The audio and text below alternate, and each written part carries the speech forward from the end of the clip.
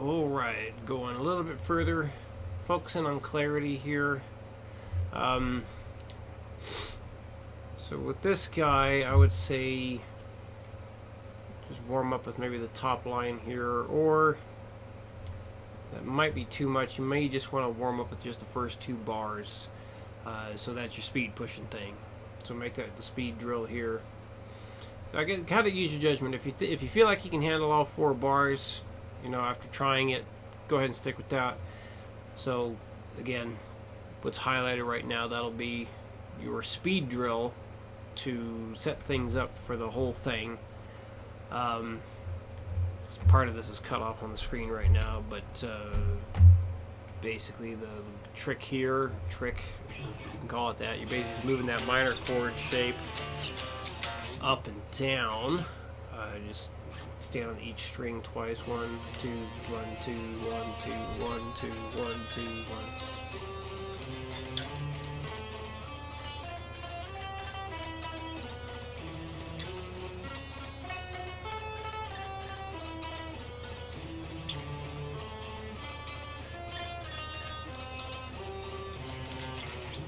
Repeat many times as you can there. I mean, the goal is just to be able to do it twice like usual. So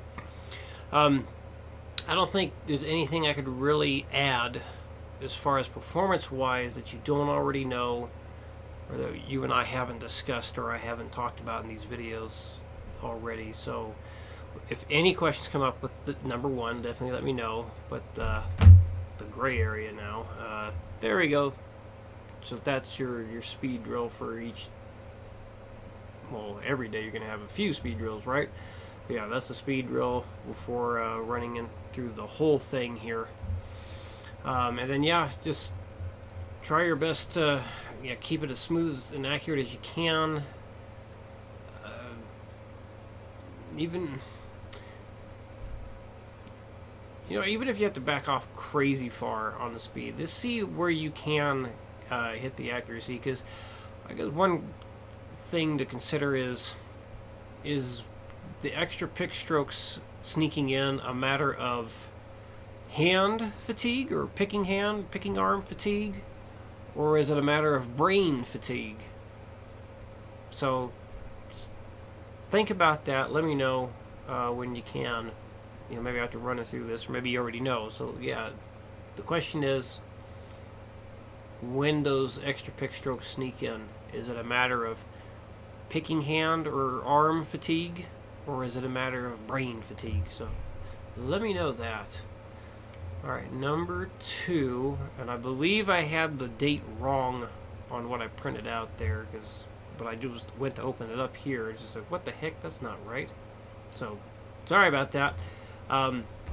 So this guy, I think I recommended just doing the first 2 bars here, because technically, you could do all 3 here, because that's kind of like a pattern.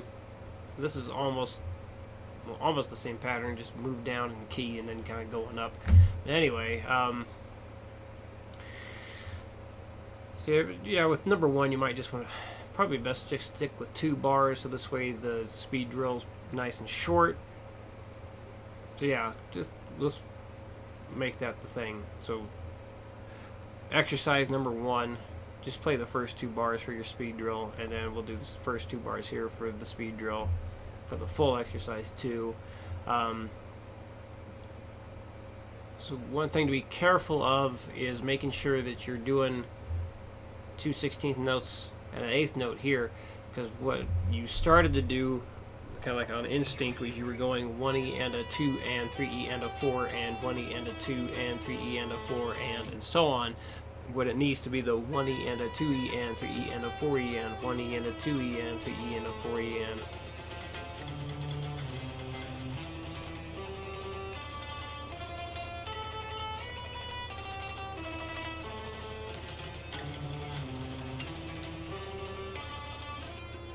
Yeah, that's the right note. I looked at the wrong part of the screen, even though I kind of know what the heck to do anyway. Yeah, did it.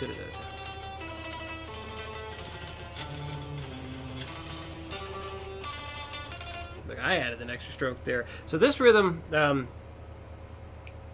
gonna say, at least for me, this feels more challenging than just doing reverse gallops. Because for some reason, doing that is easier than going.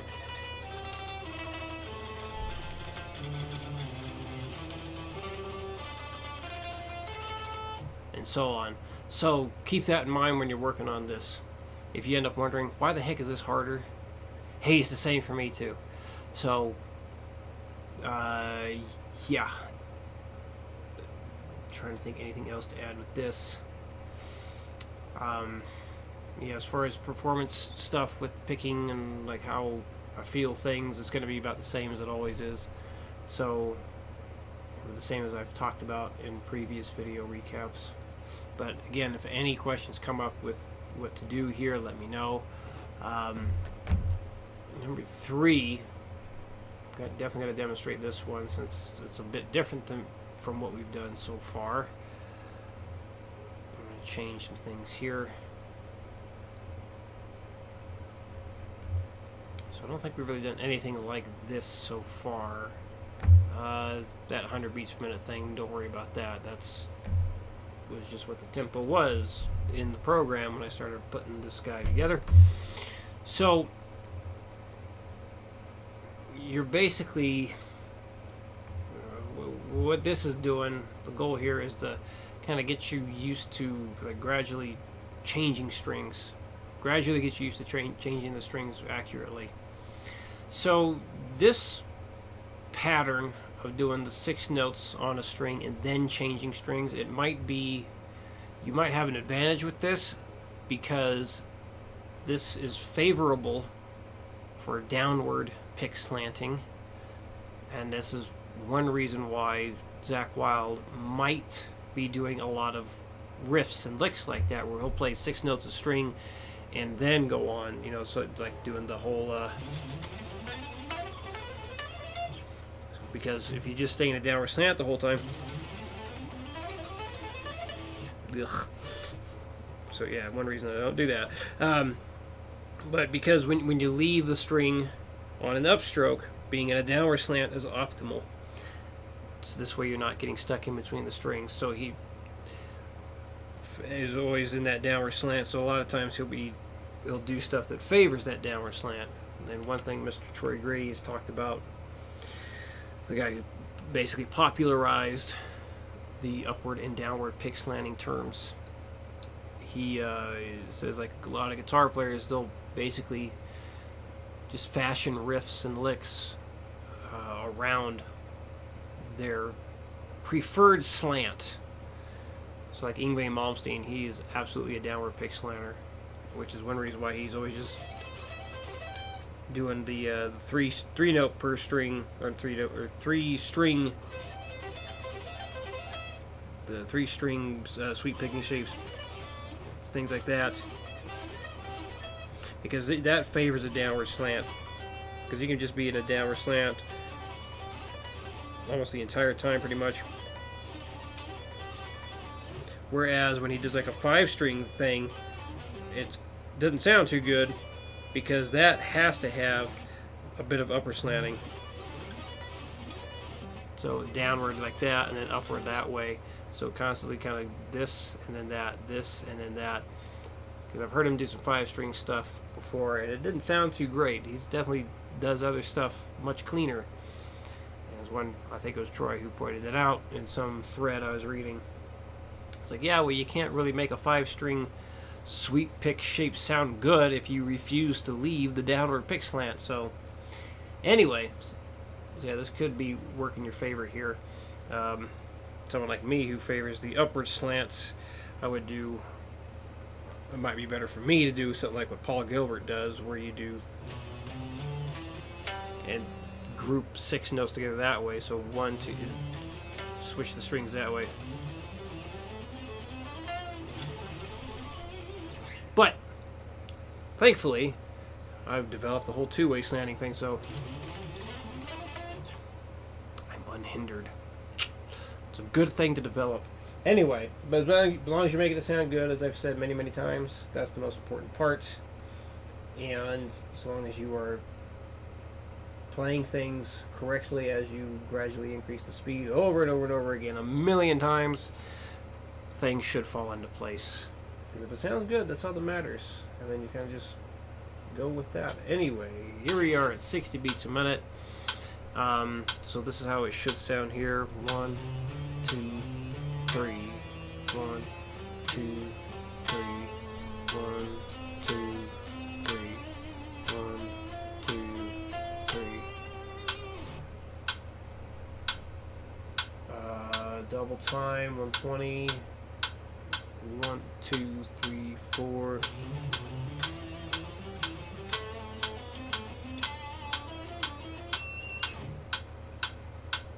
Here it is at 160. 1, 2, 1, 2, 3, 4.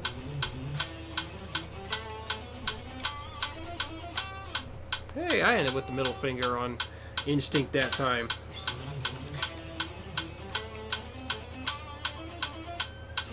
And that time I thought about it, so then my first finger came into play. Alright, here's 200. 1, 2, 1, 2, 3, 4.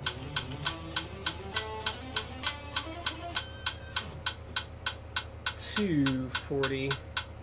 1, 2, 1, 2, 3, 4.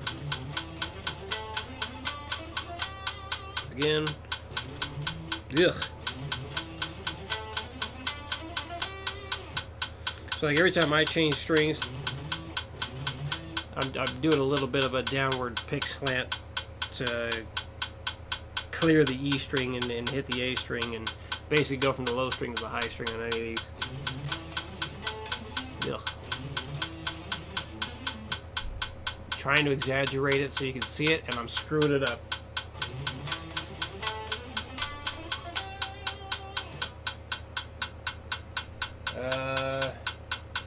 Now if you get to 300, you are blazingly fast, because that is kind of like a goal a lot of guys have here, and I know Zach tries to play stuff around this speed.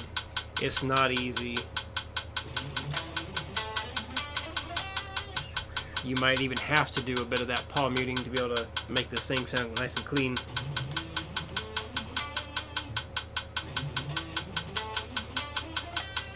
Sometimes I end up doing that because it just makes the notes have a bit more clarity. I'll just do a little bit of palm muting here and there.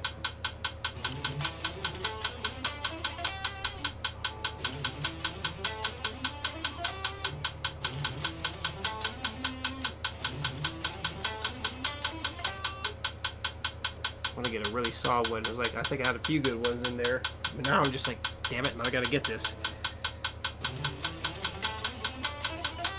Alright, that's good enough, I think. So yeah, that's like way up there. I don't know, what would that equivalent be? Let me see here. If Guitar Pro will let me put that in. I doubt it. Nope, it's not letting me do that. Well, if I did this, let's say 225. Yeah. Okay, so triplets at yeah, well, basically you're doing triplets, right? So your triplets at 300 beats per minute is the same. There's the equivalent of playing 16th notes at 225 beats a minute.